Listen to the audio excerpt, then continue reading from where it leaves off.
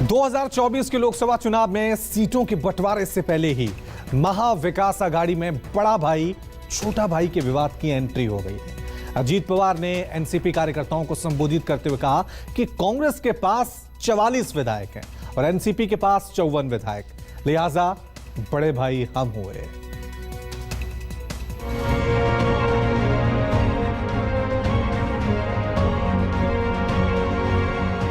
महाराष्ट्र की राजनीति में दशकों तक जो लड़ाई शिवसेना और बीजेपी के बीच चल रही थी, शिवसेना में दो फाड़ के बाद अब ये लड़ाई महाविकास अघाड़ी के आंगन में आ गई है। 2024 के लोकसभा चुनाव के लिए महाविकास अघाड़ी में 16 सीटों के फॉर्मूले पर जारी माथापच्ची के बीच महाराष्ट्र में विपक्ष के नेता और शरद पवार के भतीजे अजित पवार ने अपनी पार्टी एनसीपी को कांग्रेस का बड़ा भाई बता दिया है। कोल्हापुर में पार्टी कार्यकर्ताओं का हौसला बढ़ाते हुए अजित पवार ने कहा कि कांग्रेस के पास महज 44 विधायक हैं और एनसीपी के पास 54।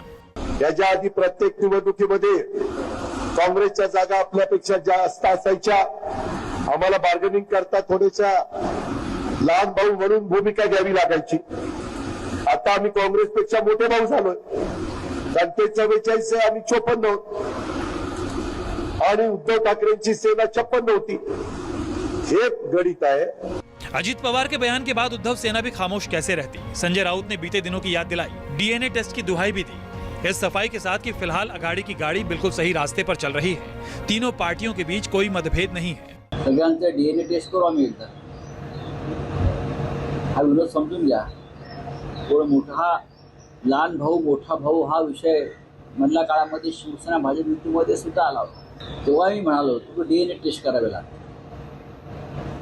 कोण लहान कोण मोठं, महाविकास आघाडीमध्ये कोणत्याही प्रकारचे असे मतभेद नाही। अजितदादा काय म्हणतात किंवा अन्य नेते काय म्हणतात, आम्ही काय म्हणतोय, याही पेक्षा प्रत्येक जण आपापल्या पक्षाची भूमिका मांडत असतो। आपापल्या कार्यकर्त्यांना बळ देण्यासाठी अशा भूमिका घ्याव्या लागतात। लोकसभेची जागा वाटप त्याची प्रक्रिया सुरू आहे।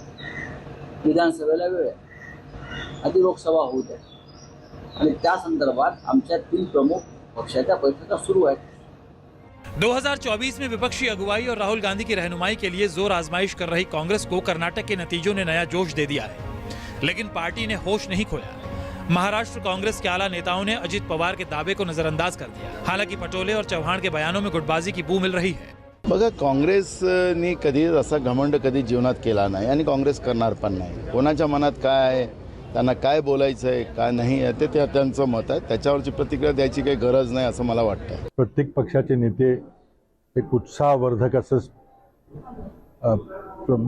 स्टेटमेंट देत असतात, त्यात काही गैर नाही आहे। आजच्या महाविकास आघाडीच्या विधानसभेच्या परिस्थितीमध्ये राष्ट्रवादी काँग्रेस हा मोठा पक्ष आहे। काँग्रेस 2 नंबरचा आहे, नंतर उद्धव ठाकरे गट 3 नंबरचा आहे। पिछले दिनों महाराष्ट्र में हुए विधान परिषद चुनाव और कस्बा पेट विधानसभा उपचुनाव में महाविकास अघाड़ी मजबूत बनकर उभरी है, लेकिन लोकसभा चुनाव के लिए सीटों के बंटवारे को लेकर तीनों पार्टियों के मुंह 3 अलग-अलग दिशाओं में है।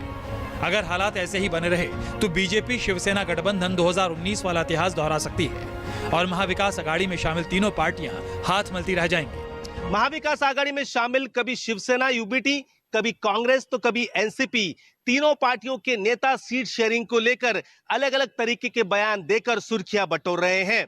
अजित पवार ने अब बड़ा भाई और छोटा भाई का समीकरण सामने लाया है। अजित पवार को पता है कि विधानसभा में उनकी सीटें ज्यादा है तो लोकसभा में उन्हें ज्यादा सीट मिलने की उम्मीद है। वही कांग्रेस को लगता है कि शिवसेना यूबीटी के पास लोकसभा के सिर्फ 5 सांसद हैं, ऐसे में उन्हें 10 से सिर्फ 12 सीटें मिले और बाकी सीटें उनके खाते में चले जाए। तो शिवसेना चाहती है कि उनकी 19 सांसद है, महाराष्ट्र में 18 है, एक दादरा नगर हवेली में है, तो उन्हें 18 सीट चाहिए। महाविकास आघाड़ी में सीट शेयरिंग को लेकर ऐसे ही झगड़ा बढ़ता गया तो 2019 में शिवसेना बीजेपी ने लोकसभा चुनाव में महाराष्ट्र में जो इतिहास बनाया था वही इतिहास 2024 की लोकसभा में वो दोहरा सकते हैं। कैमरामैन अंचल सिंह ठाकुर के साथ विनोद जगदाले, न्यूज़ 24 मुंबई।